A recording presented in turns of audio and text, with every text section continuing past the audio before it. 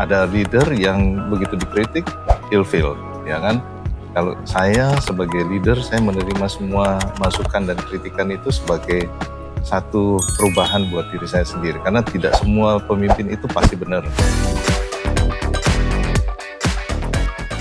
Semua orang pasti waktu pertama kali menjadi leader itu merasa deg-degan, ya kan? Apakah memang bisa untuk membangun tim ini atau tidak, ya. Tapi pada saat itu saya juga membangun diri saya sendiri dulu supaya saya bisa membangun tim saya. Jadi buat para leader, ayo coba kita bangun dulu rasa kepercayaan diri kita, baru setelah itu kita bisa membangun tim kita. Tantangan terbesar pastinya itu nyari orang yang tepat, ya kan? Jadi makanya itu saya dengan Cicencen, partner saya sebagai MD, kita waktu itu benar-benar juga mencari orang yang bisa untuk talented dan fokus ke bisnis ini. Memang nggak gampang karena banyak dari tim kita itu ternyata nggak fokus. Mereka punya double job. Kadang itu yang membuat mereka itu pada saat menghadapi tantangan mereka menjadi mentalnya langsung down gitu ya. Tapi kita berusaha untuk mengajak mereka untuk kembali ke track mereka sehingga mereka itu bisa kembali fokus. Kalau strategi, saya sih enggak macam-macam strateginya ya. Yang jelas strategi saya itu adalah pendekatan personal pada tiap-tiap orang. Karena kalau kita banyak mendengar, kemudian kita itu banyak mengetahui alur cerita kehidupan mereka, kesulitan mereka, tantangan mereka, otomatis mereka itu akan terbuka kepada kita. Dan dari situ kita bisa bantu mereka untuk keluar dari tantangan mereka. Ya, terutama pada saat mereka menghadapi klien-klien yang susah begitu ya. Ya, kita juga harus mendampingi mereka dan juga berusaha untuk membantu mereka untuk closing. Ya, itu sih kunci utama saya. Jadi kita harus dekat dengan tim kita. Yang jelas kita harus juga menambah wawasan kita, ya kan?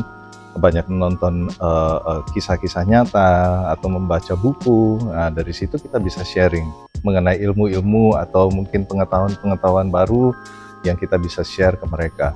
Yang jelas kita juga harus memotivasi diri kita sendiri supaya kita juga bisa memotivasi orang lain. Yang jelas harus satu visi. Karena kalau kita nggak satu visi, tim itu tidak akan pernah bisa berkembang.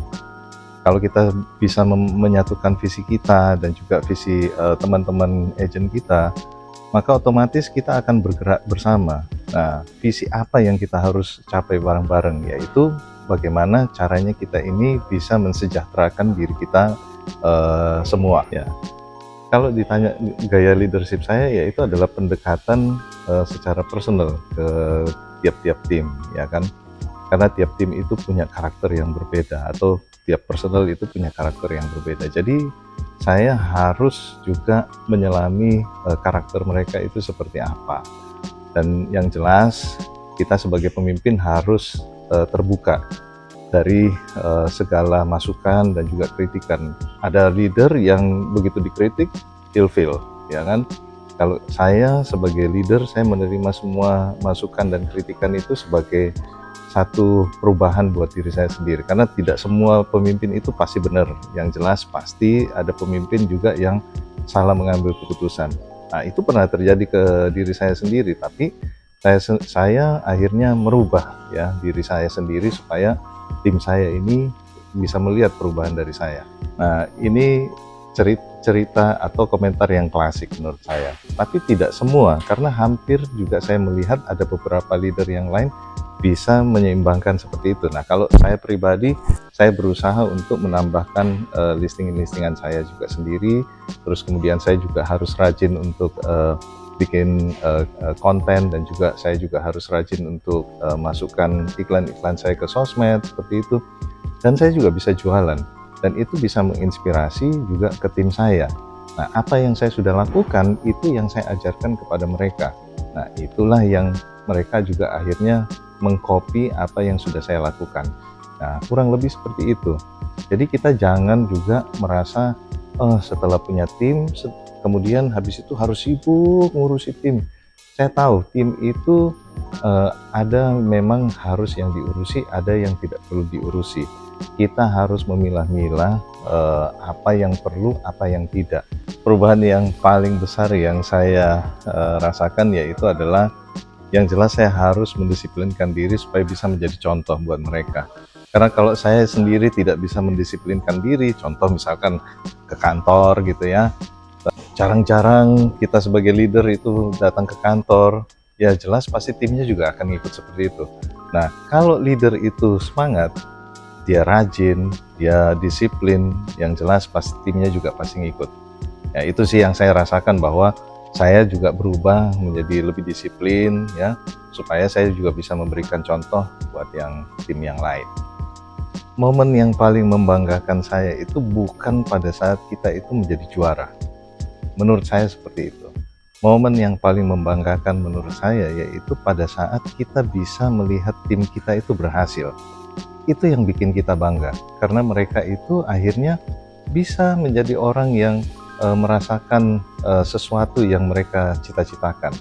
Nah, kalau kita sebagai leader bisa membawa tim kita ke level seperti itu, saya rasa eh, pasti kalian juga akan bangga seperti itu. Ya, kenapa kok saya dulu itu memilih waktu itu kita masih era galaksi, itu karena sistem juga. Ya, sampai hari ini kita bertumbuh, berkembang menjadi galaksi property, itu semua juga karena penyempurnaan sistem. Di mana-mana kalau sistem itu tidak jalan, maka tidak ada pengembangan ke depan kembali. Yang jelas, visi kita ini itu yang sangat paling bagus, yaitu menjadi entrepreneur yang menciptakan banyak sekali entrepreneur lain. Jadi penerapan dari sistem yang sudah berlaku saat ini itu guiding kita ya. Jadi kita nggak perlu capek lagi ini kita mesti ngapain. Sisa kita buka aplikasi kita mesti buat konten, kita mesti masukin listing, terus kita mesti viewing ya, atau bikin open house dan lain-lain. Itu sebenarnya sudah menjadi guiding. Makanya itu teman-teman yang lain, kalian juga harus belajar sering menggunakan dari aplikasi kita. Karena kalau kita tidak pernah buka aplikasi kita, ya gimana caranya kita mau ngajarin tim kita. Nah, saya rasa yang jelas itu yang menjadi guiding penting buat saya. Pesan saya untuk para calon leader, yang pertama itu tingkatkan dulu jam terbangmu, ya kan. Terus kemudian bangun karaktermu, terus kedisiplinan itu penting sekali. Lalu kemudian jangan suka baperan ya. Kalau kita suka baperan, nanti tim kita juga jadi orang baperan semua ya. Terus kemudian kita jangan anti kritik ya, kita harus terima masukan juga dari tim kita. Lalu kemudian kita juga harus build juga diri kita sendiri. Dan yang paling penting itu adalah harus banyak berdoa. Karena kalau kita tidak mengandalkan Tuhan juga, kita selalu mengandalkan diri kita sendiri, itu percuma ya. Saya rasa itu sih. Kenapa kok galaksi menjadi salah satu tempat terbaik ya? Karena di tempat kita di galaksi banyak leader yang sebenarnya sudah capable, dan kalian itu bisa membangun karir kalian itu bersama dengan tim galaksi. Boleh kalian cari tim yang cocok atau leader-leader yang cocok untuk kalian bergabung dengan tim tersebut. Karena kalau kalian menemukan leader yang memiliki satu karakter yang bagus, maka otomatis kalian juga akan tertular dari karakter tersebut.